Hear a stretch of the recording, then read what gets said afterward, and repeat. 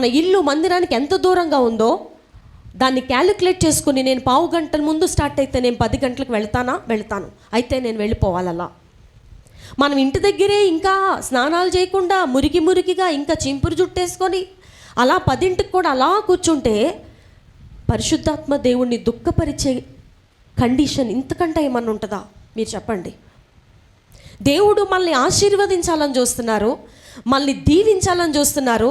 మన పిల్లల పట్ల ఆయన ఎన్నో ప్లాన్లు వేసుకుని ఉన్నారు. మన పిల్లల్ని ఆశీర్వదించాలని, దీవించాలని, గొప్ప మనము ఊహించని, ఆలోచించని, మన ఊహకు అందనటువంటి గొప్ప కార్యములను దేవుడు మనకి చూపించాలి అని ఆశపడుతున్నారు. మనం అనుకుంటాము మనకు వచ్చే జీతం, లేకపోతే మనం ఉన్న ఇల్లు, మన పరిసరాలు, మన బంధువులు, ఇదే నా సర్వస్వం, ఇదే నా ప్రపంచం అనుకుంటాం. కానీ దేవుడి కళ్ళతో మనం చూస్తే, దేవుని దృష్టితో మనం చూస్తే అది చాలా విశాలమైనదిగా ఉంటుంది కదా. అలాంటి విశాలమైనటువంటి పరిస్థితులను దేవుడు మనకి ఇవ్వాలని ఆశపడుతుంటే మనము ఆ ఆశకు తగినట్టుగా మనం రావట్లేదు, ఆసక్తి చూపట్లేదు. ఎంతో దూరం నుంచి వచ్చేవారు ముందొస్తుంటే పక్కనున్నవారు 2 అడుగులు వేస్తే మందిరానికి వచ్చేవారు 10:30, 11, 11:15, 12, 12:30, పావుతకు 1 గంట. ఎన్నిసార్లు చెప్పినా మనం వినకుండా ఉంటున్నాము అంటే మన హృదయం ఎంత కఠినమైపోయిందో ఆలోచించాలి. ఎంత మొండి బారిపోతే చూడండి, పిల్లలు ఒక దెబ్బ కొట్టినప్పుడు ఫస్ట్ టైము భయపడరు, తర్వాత మళ్ళీ కొడితే అస్సలు భయపడరు. కొన్ని నెలలకు, కొన్ని సంవత్సరాలకు ఎంత కొట్టండి ఒళ్ళప్పు చెప్తారు, కానీ వాళ్ళు ఏం చేయరు, భయపడరు. అంటే వాళ్ళు మొండికెత్తేసారు, ఇంకా మొండి అయిపోయారు. ఇంకా నువ్వు కొట్టు, తిట్టు, వాతలు పెట్టు, వాళ్ళు దులిపేసుకుంటారు. అట్టి వారిని తల్లిదండ్రులు ఏమని పిలుస్తారు? ఎంత మొండివాడివి అయిపోయావేంట్రా నువ్వు, ఇంత మొండివాడిగా ఎప్పుడు తయారయ్యావు, ఎన్నిసార్లు చెప్పినా వినవేంటి అని ఎంత చిరాకు పడతాం మన పిల్లల మీద, ఎంత అసహ్యం వేస్తుంది మన పిల్లల మీద ఆ సమయంలో. మరి దేవుడు నువ్వు, లేకపోతే దేవుడు మనము ఇదే ఫినామినాని అప్లై చేస్తే ఎన్నిసార్లు చెప్పినా సమయానికి రమ్మని మళ్ళీ అదే టైము, మళ్ళీ అదే టైం.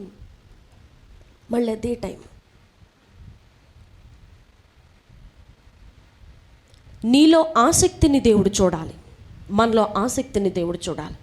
ఇప్పుడు లేటుగా వస్తే ఎవరు ఇక్కడ మనల్ని ఏమనరు. ఇదంతా ప్రేమపూర్వకమైనటువంటి సువార్త,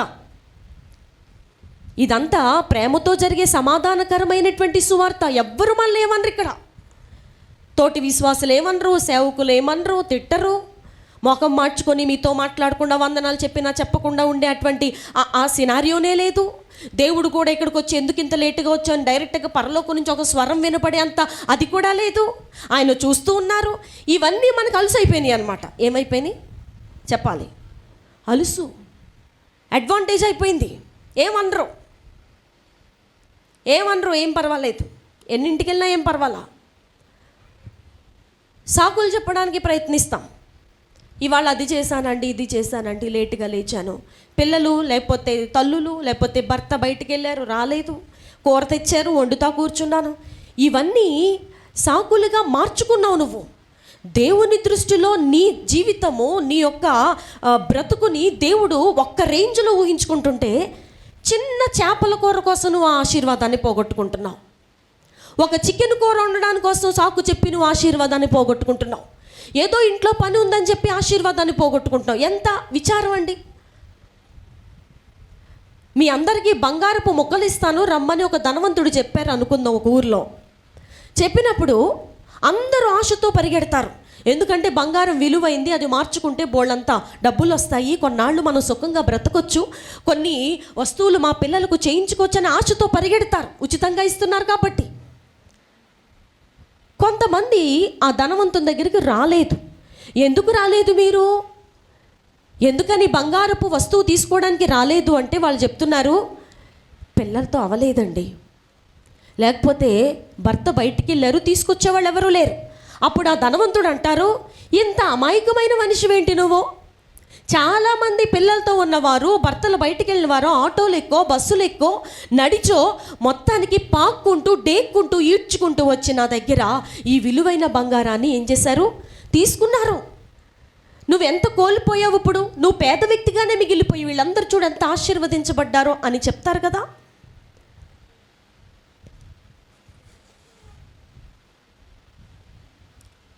పది గంటలకి ఆరాధన, 10 కల్లా డోర్స్ క్లోజ్ చేసి లాక్ పెట్టేసాం అనుకుందాం. ఇటు చూడాలి అందరూ. మీరేం చేస్తారు? లేటుగా వచ్చేవారు వెనక్కి వెళ్ళిపోతారు కదా. వెనక్కి వెళ్ళిపోయి అమ్మాయిసా ఈ సమయాన్ని కూడా నాకు ఆశీర్వాదంగా మార్చారా యేసయ్య మీరు? కూర సరిగ్గా ఉడకకుండా వచ్చాను ఆరాధన కోసం. ఇప్పుడు వెళ్ళి తాయితీగా ఏం చేస్తాను? సిమ్ములో పెట్టి మంచి వాసన వచ్చేదాకా వండుకొని తినేసి లైవ్ చూస్తాను. ఏం చూస్తాను? లైవ్ చూస్తాను. లైవ్లో చూసిన ఆరాధనే కదా. లైవ్లో చూసిన ఆరాధనే, ఎక్కడ చూసిన ఆరాధనే, బస్సులో చూసిన ఆరాధనే, షాపింగ్కి వెళ్ళి అక్కడ వాళ్ళ చీరలు చూపించే లోపు లైవ్ చూసిన ఆరాధనే. ప్రభువా నిజంగా మీరు ఎంత గొప్ప దేవుడో అని పొగుడుకుంటామా? లేకపోతే తాళాలు వేసినందుకు, లోపల లాక్స్ పెట్టినందుకు కోప్పడతామా? ఆయాసపడతామా? ఈ మందిరానికి ఇంకెప్పుడు రాను అని వాగ్దానాల మీద వాగ్దానాలు చేస్తామా? వీళ్ళకి ఎంత కఠినమైన మనస్సు, యేసుప్రభు వారి ప్రేమ వీరిలో లేదు అని ఎద్దేవా చేస్తామా? కొద్ది కాలమే మనం ఇంకా బ్రతకపోతామండి. మన జీవిత పయనము, మన జీవితం యొక్క ఆ యొక్క పరిమాణము ఎంతో మనకు తెలియదు. ఏ వయసులో మనల్ని దేవుడు తీసుకుంటారో మనకి తెలియదు. మనం బ్రతికినన్నాళ్ళు కూడా ఇర్రెగ్యులర్ క్యాండిడేట్స్గానే దేవుని చేత ముద్ర వేయబడదామా?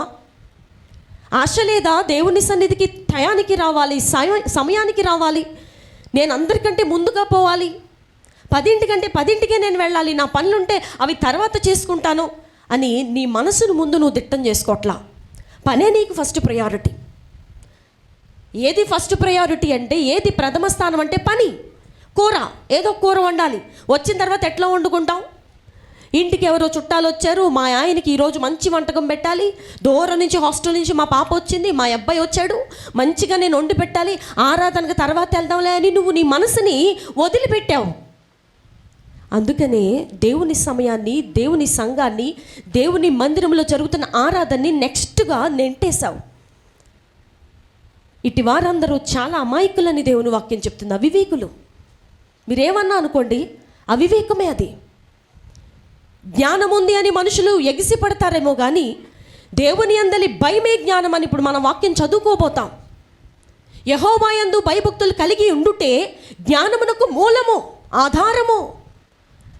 జ్ఞానం ఉంది అని మనుషులు చెప్పుకుంటే సరిపోతుందా? ఆ జ్ఞానము దేవుని యందు భయభక్తులు కలిగి ఉన్నప్పుడు వచ్చే జ్ఞానమై ఉండాలి. అది అసలైన జ్ఞానం అంటే. ఈ లోక సంబంధమైన జ్ఞానము దేవుని దృష్టికి ఎలాంటిది? వెర్రితనము. ఏ లోక సంబంధమైనటువంటి నీతులు చెప్పేవారు, ఏ లోక సంబంధంగా జ్ఞానమని నువ్వు అలా చేయొచ్చు కదా, ఇలా చేయొచ్చు కదా, నేనైతే అలా చేసేవాడిని జ్ఞాన సూక్తులు చెప్పేవారు అందరూ వెర్రివారు దేవుని దృష్టిలో. దేవుని దృష్టిలో జ్ఞానం అంటే ఎలా ఉంటుందంటే, దేనితో లింకప్ అయి ఉందంటే, దేనితో ముడివేయబడి ఉందంటే, భయభక్తులు లింక్డ్ అప్ విత్ విజ్డమ్. దేవుని యందు భయభక్తులు కలిగి ఉండుటయే జ్ఞానమునకు మూలము. నీ జ్ఞానము నీలో ఉంది అంటే, నీకు జ్ఞానం ఉంది అంటే, నువ్వు జ్ఞానవంతురాలు అని పిలువబడుతున్నావంటే ఖచ్చితంగా నువ్వు దేవుని యందు భయభక్తులు కలిగిన వ్యక్తివై కూడా ఉండాలి. అది అక్కడ జరిగినటువంటి ఫినామినా, బైబిల్లో చెప్పినటువంటి మాట. యెహోవా యందు భయభక్తులు కలిగి ఉండుటయే తెలివికి మూలము, జ్ఞానమునకు ఆధారము. మరి మనకున్నటువంటి జ్ఞానము మందిరానికి సమయానికి తీసుకుని రాలేకపోతున్నటువంటి జ్ఞానం అయితే అది దైవ సంబంధమైన జ్ఞానమా, పరసంబంధమైనటువంటి జ్ఞానమా, పైనుండి వచ్చినటువంటి జ్ఞానమా? కాదు. పైనుండి వచ్చే జ్ఞానము దేవుని అందలి భయభక్తులతో కూడిన జ్ఞానమై ఉండును. గమనించాలి. నాకు జ్ఞానం ఉంది, నేను తెలివిదాన్ని, నేను తెలివైన వాడిని కాబట్టే, తెలివైన వ్యక్తిని కాబట్టే ఇలా చేస్తున్నాను, అలా జీవిస్తున్నాను, అలా బ్రతుకుతున్నాను, ఇదిగో ఈ జాబ్ చేస్తున్నాను, ఈ వ్యాపారం చేస్తున్నాను, ఇలా చదువుతున్నాను, ఇలా నేను సంసారాన్ని కట్టుకుంటున్నాను, పిల్లల్ని కంటున్నాను, వారికి అందరినీ అన్ని రకాలుగా సమకూరుస్తున్నాను అని మనుషులు అనుకున్నట్టులో ఆ జ్ఞానము దేనితో మిళితమై ఉంది? ఆ జ్ఞానము దేవుని అందరి భయభక్తులను కలిగి ఉన్నప్పుడు వచ్చిన జ్ఞానమేనా? Is it the reproduct of the fear of the God? దేవుని యందు నువ్వు భయము కనుపరిచినప్పుడు, భక్తిని కనుపరిచినప్పుడు నీలో నుంచి ఉత్పత్తి అయినటువంటి జ్ఞానమా అది? దేవుని నుంచి వచ్చిన జ్ఞానమా? మీకు అర్థమవుతుంది అనుకుంటున్నానండి. మనుషులు జ్ఞానము తెలివైన వాళ్ళు అని మనుషుల దృష్టిలో కనపడేవారు. అబ్బా మీరు చాలా భలే జ్ఞానంగా మాట్లాడతారండి, అసలు ఎంత తెలివైన వాడో, మీ అబ్బాయి చాలా తెలివైనోడండి, మీ అమ్మాయి చాలా తెలివైంది, మీ అబ్బాయి చాలా తెలివైనోడు, మీ వైఫ్ చాలా తెలివైనోళ్ళు, మీ హస్బెండ్ చాలా తెలివైనోళ్ళు. ఈ తెలివైన వాళ్ళకి దేవుని అందలి భయం ఉందా? దేవుని అందలి భయం లేకుండా నువ్వు తెలివైన వ్యక్తివని మనుషుల చేత చెప్పబడుతున్నావంటే అది దేవుని దృష్టిలో ఏమంటని చదువుకుంటున్నాం మనం? వెరితనం. వెరితనం. ఇహలోక సంబంధమైన జ్ఞానము, తెలివితేటలు దేవుని దృష్టిలో అది ఫూలిష్నెస్ అన్నమాట, వెర్రితనం. దేవుడు అట్టి వారిని వెర్రివారిగా చూస్తారు. మన నిజముగా జ్ఞానము కలిగిన వారమైతే, తెలివి కలిగిన వారమైతే మందిరానికి సమయానికి రావాలి. ఎవరినో బాధ పెట్టడానికో, ఎవరి మనసు గాయపరచడానికో, లేకపోతే డైరెక్ట్గా చెప్పలేక ఇండైరెక్ట్గా చెప్తున్నారని చెప్పించుకోవడానికో కాదు. మందిరానికి ఎప్పుడు రావాలండి? చెప్పండి అందరూ. 10 గంటలకి రావాలి. పోనీ స్టార్ట్ అయ్యావు కానీ ఎక్కడో మధ్యలో ట్రాఫిక్ అయిపోయి లేట్ అయిపోయింది, అది నీ తప్పు కాదు. అవరోధాలు వచ్చాయి, ఆటంకాలు వచ్చాయి, నువ్వు చేయలేకపోయావు, రాలేకపోయావు. కొన్నిసార్లు సమయాన్ని క్యాలిక్యులేట్ చేసుకుని ముందు బయలుదేరి స్టార్ట్ అయినా మధ్యలో ఆటంకాలు వస్తాయి. ఆ స్థితిని దేవుడు ఎరుగును. దేవుడు దాన్ని చూసి నిన్నేమీ క్వశ్చన్ చేయరే. ఒకవేళ నువ్వు మందిరానికి లేట్గా వచ్చి నువ్వు ధైర్యంగా ఉంటావు, ఎందుకంటే నేనేం చేయలేదు, అదే లేట్ అయింది, అక్కడ ట్రాఫిక్ వచ్చింది, లేకపోతే ఏదో యాక్సిడెంట్ అయింది, లేకపోతే ఏదో దారులన్నీ మూసేస్తారు, వెనక నుంచి తిరిగి వచ్చేసరికి లేట్ అయింది, ఓకే నెక్స్ట్ టైం నుంచి నేను మంచిగా చూసుకుని రావాలి. ఆ ఆసక్తి, ఆ యొక్క నడిపింపు, ఆ తొందర, ఆ యొక్క ఆ బర్నింగ్ డిజైర్ ఏదండి మనుషులో? వెళ్దాంలే తాతీగా, వెళ్దాం వెళ్దాం వెళ్దాం. అందరూ టిఫిన్లు చేశాక, అమ్మ పిల్లల్ని కొంచెం కంట్రోల్లో పెట్టుకోండి, అందరూ టిఫిన్లు చేశాక ఇటు చూడాలి, 10ంటికే నిద్ర వచ్చేస్తుంది. అందరూ టిఫిన్లు చేశాక, అందరూ టీలు తాగాక, అందరూ కాఫీలు తాగాక, ఒకళ్ళు బూస్ట్ అంటారు, ఒకళ్ళు హార్లిక్స్ అంటారు, ఒకళ్ళు కాఫీ అంటారు, ఒకళ్ళు టీ అంటారు, అందరికి అన్నీ కల్పించాక అమ్మాయిసా మేమందరం బాగా తిన్నాం, బాగా తాగాం, ఇప్పుడు వెళ్దాం. ఎక్కడికి? ఇటు చూడాలి. ఇప్పుడు వెళ్దాం ఎక్కడికి? అదిగో చర్చికి వెళ్దాం, ఇప్పుడు వెళ్దాం. ఇప్పుడు వెళ్ళి కూర్చునేసరికి సగం ఆరాధన అయిపోయింది, అయినా చీకు లేదు, చింత లేదు, బాధ లేదు, ఈ టైంకి వచ్చేనంటే పశ్చాత్తాపం లేదు. ఎందుకుంటుంది? నీ హృదయం కఠినమైపోయి బండ అయిపోయింది. నీరు పోస్తే మాత్రం నానిపోద్దా? ఇప్పుడు సముద్రంలో బండలు ఉంటాయండి, ఎప్పటి నుంచో ఈ సముద్రంలోనే ఉంటాయి, కానీ ఎప్పుడైనా నాని కరిగిపోయినాయా? బండ అయిపోయింది అది. అవి ఆల్రెడీ బండలు, అవి కరగవు. లేటుగా వచ్చిన మనసులో బాధ లేదు, బిడియం లేదు. అయ్యో ఏంటి సిగ్గు అనిపించట్లేదా నాకు? అందరి ముందు ఇలా నడుచుకుంటూ వస్తున్నాను నేను, దేవుడు నన్ను చూసి ఏమనుకుంటారు? ఈ టైంకి వచ్చానంటే నేను, ప్రభా ఎంత విధేయతను కనపరుస్తున్నానేంటి నేను? నాకున్న కుటుంబ పరిస్థితులు బట్టి నేను సాకులు చెప్పుకోవడానికి అలవాటు పడిన కఠినమైనటువంటి బండ అయిపోయిన హృదయం కలిగి బ్రతుకుతున్నానా? ఎన్నాళ్ళు ఈ లోకంలో బ్రతుకుతానో నాకు ఏమైనా గ్యారంటీ ఉందా? అసలు మీరు చూస్తే ఆశ్చర్యపోతారండి. దావీదు తన యొక్క షెడ్యూలు, దావీదు తను దేవునికి భయపడే విధానము, తాను దేవుని ఎడల తాను కనపరిచినటువంటి భయభక్తులు, తనకున్నటువంటి జ్ఞానము అసలు మన నోటితో వర్ణించలేం. ఆయన అంటారు, నేను ఎప్పుడెప్పుడు నీ మందిర ఆవరణములను చూస్తాను, ఎప్పుడెప్పుడు నీ మందిరం యొక్క ప్రెమిసెస్, ఇంకా మందిరం లోపల, లేకపోతే ఈ బలిపీఠము, లేకపోతే అతి పరిశుద్ధ స్థలం లోపల ఉన్నటువంటి మందసం, అడ్డతెరలు, లేకపోతే సముఖపు రొట్టెల బల్ల, ఇవన్నీ కాదు, నేను నీ మందిరం యొక్క గడపని ఎప్పుడు చూస్తాను? రాత్రి నాకు నిద్ర పట్టట్లేదు ప్రభా, అటు కదులుతున్నాను, ఇటు కదులుతున్నాను. ఎందుకు కదులుతున్నావు దావీదు? ఎందుకు నీకు నిద్ర పట్టడం లేదంటే, నేను ఎప్పుడు ఉదయకాలమే తొందరగా లేచెళ్ళి నా దేవుని యొక్క మందిరం యొక్క ఆ సముఖమును, మందిరం యొక్క ద్వారమును, ఆ ప్రెమిసెస్ని ఎప్పుడు చూస్తానా? అమ్మాయిసా దేవుని మందిరం యొక్క ద్వారాన్ని చూశాను, ఈ రోజుకి నాకు ఆశీర్వాదము, ఆ యొక్క ఐశ్వర్యము, ఆ దీవెన, ఆ యొక్క తృప్తి అన్నీ వచ్చేసినాయి, చాలు. ఇంకా బహుశా ఇక్కడ కూర్చున్న మీకు నాకు దేవుని మందిరం యొక్క విలువ ఇంకా తెలియలేదు. మీరు కావాలని ఆ పని చేయటం లేదు. కావాలని లేటుగా వచ్చేవారు ఎవరు ఉండరు. నేను వెళ్ళకూడదు అనే మనస్తత్వం కలిగిన వారు ఎవ్వరూ లేరు ఇక్కడ. కానీ మీకు దేనికి మొదట ప్రయారిటీ ఇవ్వాలో తెలియట్లా.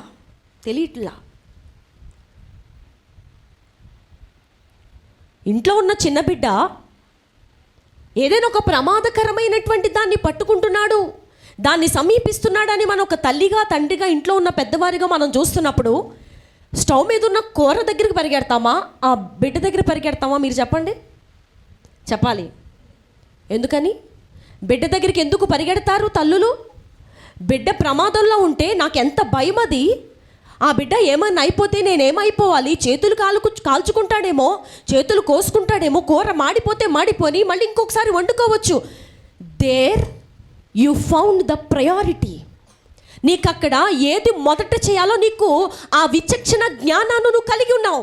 బట్ ఈ ఆత్మ సంబంధమైనటువంటి ఈ పరిధిలో చాలామందికి పెద్దవారే, వయసులో ఉన్నవారే, ఉద్యోగాలు చేస్తున్నవారే, పనులు చేసుకుంటున్నవారే, ఎదిగిన వారే, పిల్లల్ని కన్నవారే, వారి పిల్లలకు పెళ్ళిళ్ళు చేసిన వారే ఈ విషయంలో మాత్రం జ్ఞానాన్ని లోపించిన వారిగా ఉన్నారు. ఈ విషయంలో విచక్షణ లేకపోయింది. ఈ విషయంలో they don't know how to select which is the first. దేన్ని మొదట పెట్టుకోవాలి, దేన్ని వెనక పెట్టాలని ఆ జ్ఞానం లేకపోయింది. అందుకనే రావటం లేదు. నేనేదో మీ అందరికంటే గొప్ప వ్యక్తికి ఇక్కడ నిలబడి చెప్పట్లేదండి. దేవుని దృష్టిలో ఎవరో గొప్పోళ్ళు కాదు. దేవుడు అంత గొప్ప భక్తి చేసినటువంటి దావీదునే వదల్లా. బత్షెబ విషయంలో చిన్న తప్పు చేసినప్పుడు దేవుడు ఎంత మంచిగా ప్రవర్తించావు, ఇంతగా ఆరాధించావు, ఇంతగా నా మందిర ఆవరణములను చూడాలని తహతహలాడావు. బత్షెబ విషయంలో తప్పైందా? ఏం కాదులే, మూతి తుడుచుకుని పక్కెళ్ళిపోనల్లా. దేవుడు సేవకుల్ని, విశ్వాసుల్ని వేరువేరుగా చూడరు. ఆయన దృష్టిలో అందరు ఎవరు ఒకటే. సేవకులు తప్పు చేసినా వాళ్ళకి గట్టి దెబ్బ కొడతారు, 7 అంతలుగా ఎక్కువ ఉంటుంది దేవుని వాక్య ప్రకారం. బోధకులమైన మనము మరి కఠినమైన తీర్పు పొందుతామని మీకు తెలీదా? కఠినంగా దేవుడు మళ్ళీ ప్రశ్నిస్తారు. ఈరోజు ఉదయకాలము ఆరాధన 10 గంటలకు మనకి.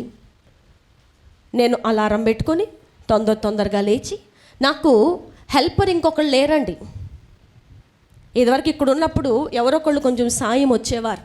కానీ ఇప్పుడు స్త్రీలు ప్రవేశించడానికి లేదు కాబట్టి మన ఇంట్లో బట్టలు వాష్ చేయడానికి వచ్చే అక్క కూడా 8:30, 9ంటికి వస్తారు. నేను తొందరగా లేచి ఏమేమి సిద్ధపరచుకోవాలో వాటిని గబగబా స్టవ్ల మీద పెట్టి సిద్ధపరచుకొని, వాటిని పిల్లలకి ఏం తీసుకుని రావాలి ఇక్కడ తీసుకొచ్చి, మరలా ఇంటికి వెళ్ళిన తర్వాత ఏమేమి అవసరమవుతాయి ముందుగానే ఆలోచించి ఒక 10 నిమిషాలు కూర్చొని ఎవ్రీథింగ్ ఐ డిడ్. ఆ జ్ఞానాన్ని దేవుడు ఇచ్చారు. ఇదేదో పెద్ద ఆవిష్కరణ చేసినంత జ్ఞానం కాకపోవచ్చు, కానీ నువ్వు చేసినటువంటి ప్రయత్నము నిన్ను 10 గంటలకల్లా దేవుని మందిరానికి ఏం చేసింది? తీసుకొచ్చింది కదా. నువ్వేం చదువుకున్నావో, ఏం తిన్నావో ఎవరు అడుగుతారు ఇప్పుడు? నువ్వు ఎంత గొప్ప వ్యక్తి అయితే ఎవరికి కావాలి? నువ్వు 10 గంటలకు వచ్చావా లేదా కదా దేవుడు చూసేది. నువ్వు చీరగట్టావా, డ్రెస్ వేసుకున్నావా, లేకపోతే నైటీలో వచ్చావా, అది కాదు కదా దేవుడు చూసేది. At what time you are entering the church. మళ్ళా చెప్తున్నాను, ఎవరిని బాధ పెట్టడానికి ఇక్కడ ఎవ్వరు వాక్యం చెప్పరు. చాలామంది ఇదొక మిస్అండర్స్టాండింగ్లో ఉంటారు. ఎప్పుడు మిస్అండర్స్టాండింగ్లో ఉంటారు. వీళ్ళు పైకి ఎక్కారంటే ఎవరినొకళ్ళు బాధ పెట్టడానికి చెప్తారని కాదండి. అసలు మీరు అలా తలంచడానికి ఏమాత్రం ఆస్కారం లేదు. సంఘాన్ని క్రమపరచుటయే దేవుడు మాకు ఇచ్చినటువంటి బాధ్యత, మా భుజాల మీద ఉంచినటువంటి ఆ చిన్న భారం. ఇప్పుడు రేపొద్దున ఇంకా పెద్ద సంఘాన్ని దేవుడు చేయాలనుకుంటున్నారు. ముందు ఉన్న సంఘస్థులే క్రమం లేకపోతే మళ్ళీ చూసి ఇంకొకళ్ళు ఎట్లా వస్తారండి? కాబట్టి సమయానికి రావాలి. ఇదంతా ఎందుకు చెప్పాను అంటే, ఎప్పుడు రావాలి మనం ఆరాధనకి? సమయానికి రావాలి. ఒకవేళ ఆరోగ్యం బాగోకపోయి, లేవలేని పరిస్థితిలో ఉండి, అస్సలు ఏమీ చేసుకోలేకపోయి ఒక 10 నిమిషాలు అటు ఇటుగా అయిందా పర్వాలా. దేవుడు మరీ అంత అధికముగా నీతిమంతులమై ఉండమని చెప్పలేదు. 10 గంటలకు వస్తున్న వాడిని చూసి దేవుడు అధికంగా సంతోషిస్తారు. ఒకవేళ 2-3 నిమిషాలు, ఒక 10 నిమిషాలు అటు ఇటుగా అయినా దేవుడు నిన్నేమి కోప్పడరు. కానీ హృదయంలో ఆ ఆసక్తి, ఆ మంట, వెళ్దాంలే అనే నిర్లక్ష్య వైఖరి ఉంటుంది చూసారా, దాన్ని చూసి దేవుడు బాధపడతారు. ఎంత ప్రయత్నించినా రాలేకపోతున్నావా, అది దేవుని పెద్ద బాధించదు. అర్థం చేసుకోవాలి. నువ్వెంత ప్రయత్నించినా హైరాణ పడుతున్నావు, ఆసక్తి చూపుతున్నావు, పిల్లల్ని త్వరగా తయారు చేసావు, భర్తను తొందరగా తయారు చేసావు, ఇంట్లో అన్నీ సమకూర్చావు, తొందరగా రావాలనుకున్నావు, ఏదో ఒక ఆటంకం వచ్చింది అవ్వట్లా. దేవుడు నిన్ను ప్రేమిస్తూనే ఉంటారు, నిన్ను చూసి ఆనందిస్తారు. ఎందుకంటే నీ హృదయం అలా ఆసక్తి చూపుతుంది.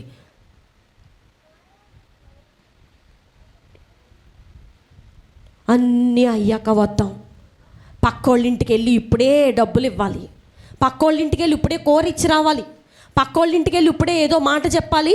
ఈ పక్కన సందులోంచి ఆ పక్కన సందులోకి 10ంటికి బయలుదేరి వెళ్ళింది ఈమె వెళ్ళి 10ంటికి వెళ్ళి మాట్లాడేసరికి 11 అయింది. అయ్య బాబోయ్, ఆరాధన టైం అయిపోతుంది, వెళ్ళిపోతానని చెప్పి వచ్చింది.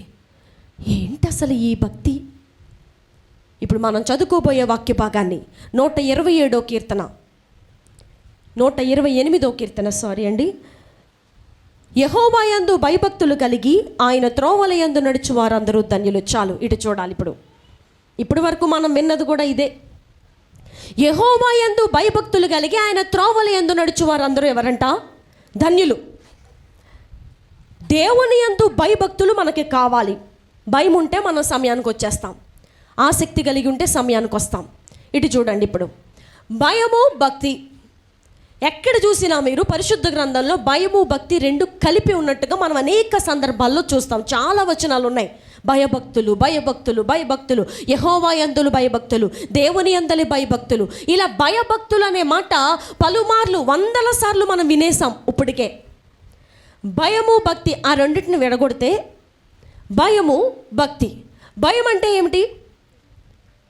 దేవుడు చూస్తున్నారు, దేవుడు వింటున్నారు. అమ్మో, నేను ఇలా అబద్ధం ఆడకూడదు, దేవుడు చూస్తున్నారు. అమ్మో, నేను ఇలా మోసం చేయకూడదు, దేవుడు చూస్తున్నారు. అమ్మో, నేను ఇలాగా ఎదుటి వ్యక్తిని ఏమార్చి మాట్లాడకూడదు, దేవుడు చూస్తున్నారు. నేను ఇలాగూ నా భార్యను అనుమానించకూడదు, దేవుడు చూస్తున్నారు. నా పిల్లల్ని ఇలాగో అనుమానించకూడదు, దేవుడు చూస్తున్నారు. పొరుగువానికి నేను హాని చేయకూడదు, దేవుడు చూస్తున్నారు. దీన్ని ఏమంటారండి? భయం అంటారు. ఏమంటారు? మీరు సరిగ్గా వినటం లేదు, ఆలోచన ఎక్కడ పెట్టో వచ్చారు.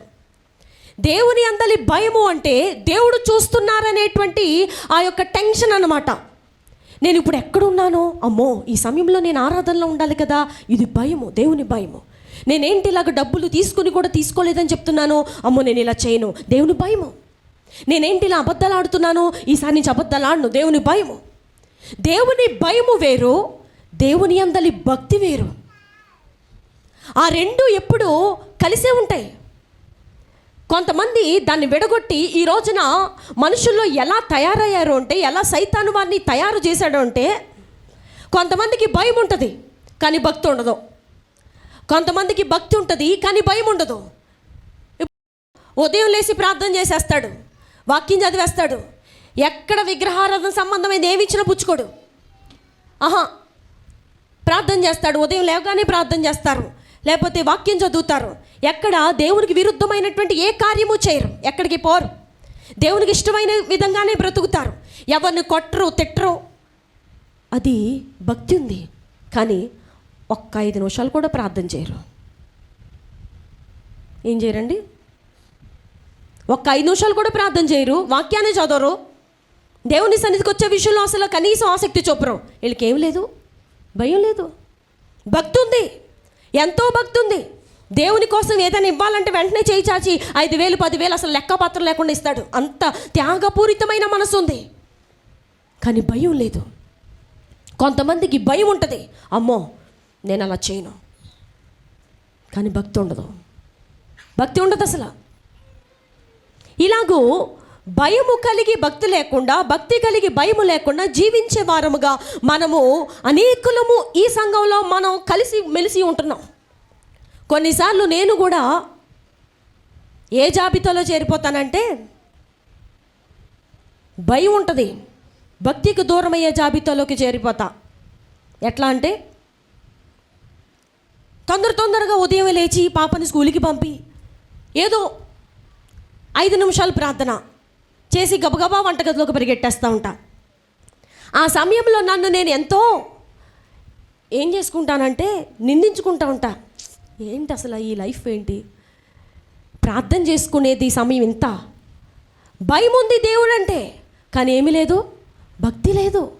కొన్నిసార్లు మనం అనేక సార్లు భయము కలిగి భక్తి లేని వారి జాబితాలో, భక్తి కలిగి భయము లేని వారి జాబితాలో చేరిపోతూ ఉంటాం. ప్రియ దేవుని బిడ్డ, ఏ జాబితాలో సైతాను నిన్ను చేర్చి ఉంచాడు? ఉదయం లేసి మొక్కుబడి కోసం క్యాలెండర్ వాక్యం చదివేసుకుని, ఏదో ముక్కును ఒక ప్రార్థన పలుకు పలికేసి గబగబా బయటికి వెళ్ళి భయం లేకుండా దేవునికి విరుద్ధమైన పనులు చేస్తున్నావా? భక్తి ఉంది నీలో చాలా.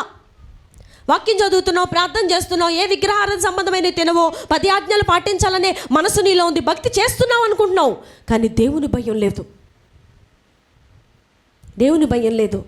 కొంతమందికి భయం ఉంటుంది కానీ భక్తి ఉండదు. ఏ తప్పు చేయడు. ఒక అమ్మాయిని చూడడు, ఒక అబ్బాయిని చూడదు, ఒక సినిమా చూడరు, ఒక సీరియల్ చూడరు, ప్రార్థన చేయరు, ఏమీ చేయరు, కానీ ప్రార్థన చేయరు. ఇట్టి వారికి దేవుని భయం ఉంది కానీ భక్తి లేదు. సినిమా చూడదు, సీరియల్స్ చూడదు, ఫోన్లో వచ్చే రకరకాలైనటువంటి చెత్తకు దూరంగా ఉంటుంది, అబద్ధాలు ఆడదు, కానీ ఒక్క క్షణం కూడా బైబిల్ చదవదు, ఒక్క క్షణం కూడా ప్రార్థన చేయదు, ఒక్క క్షణం కూడా దేవుని కోసం బ్రతకాలనే ఆలోచన కలిగి ఉండదు. ఇట్టి వారికి దేవుని భయము కలదు కానీ భక్తిలో వారు సున్నా. ఏ జాబితాలో ఉన్నారండి ఈ రోజున మనుషులు?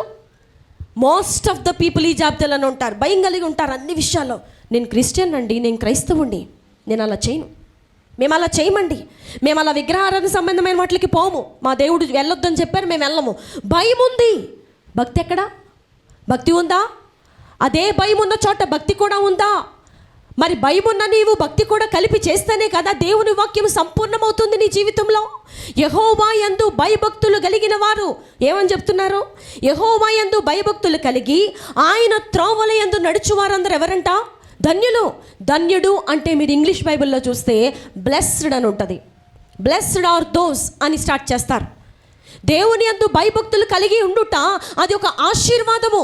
వినాలి, దేవుని యందు భయభక్తులు కలిగి ఉండుట ఒక ఆశీర్వాదం. ఇటు చూడండి, ఆశీర్వాదము అనే మాట లేకపోతే దీవెన అనే మాట మనం తరచుగా వింటాం, అలవాటైపోయింది మనకి. ప్రార్థన కూడా తెగ చేసేస్తారు, దీవించండి దీవించండి అని. చూడండి, ఆశీర్వాదము దీవెన అంటే మనుషుల యొక్క టర్మ్స్లో, మనుషుల యొక్క దృష్టిలో, మనుషుల యొక్క ఊహల్లో డబ్బుంటే ఆశీర్వాదం. అర్థమవుతుందా? డబ్బుంటే ఆశీర్వాదం, ఒక ఇల్లు ఉంటే ఆశీర్వాదం, కారు ఉంటే ఆశీర్వాదం, జాబ్ ఉంటే ఆశీర్వాదం, బంగారం ఉంటే ఆశీర్వాదం, వెండి గిన్నెలు ఉంటే ఆశీర్వాదం, పట్టు చీరలు ఉంటే ఆశీర్వాదం, బ్రాండెడ్ షర్ట్లు ఉంటే ఆశీర్వాదం, బ్రాండెడ్ పాకెట్లు లేకపోతే బ్రాండెడ్ బెల్ట్లు ఉంటే ఆశీర్వాదం, బ్రాండెడ్ షూస్ ఉంటే ఆశీర్వాదం, మంచిగా చదివితే ఆశీర్వాదం, వడ్డీ వ్యాపారం చేస్తే ఆశీర్వాదం, వడ్డీకి డబ్బులు రూపాయికి 10 రూపాయలు 10 రూపాయలు ఎక్కువ వేసి తెగొచ్చేస్తనే డబ్బులు, ఆశీర్వాదం. ఇది మనుషుల దృష్టిలో మనుషులు రాసుకున్నటువంటి ఆశీర్వాదం. ఇది మనుషుల దృష్టిలో సైతాను రాసినటువంటి ఆశీర్వాదం ఇది.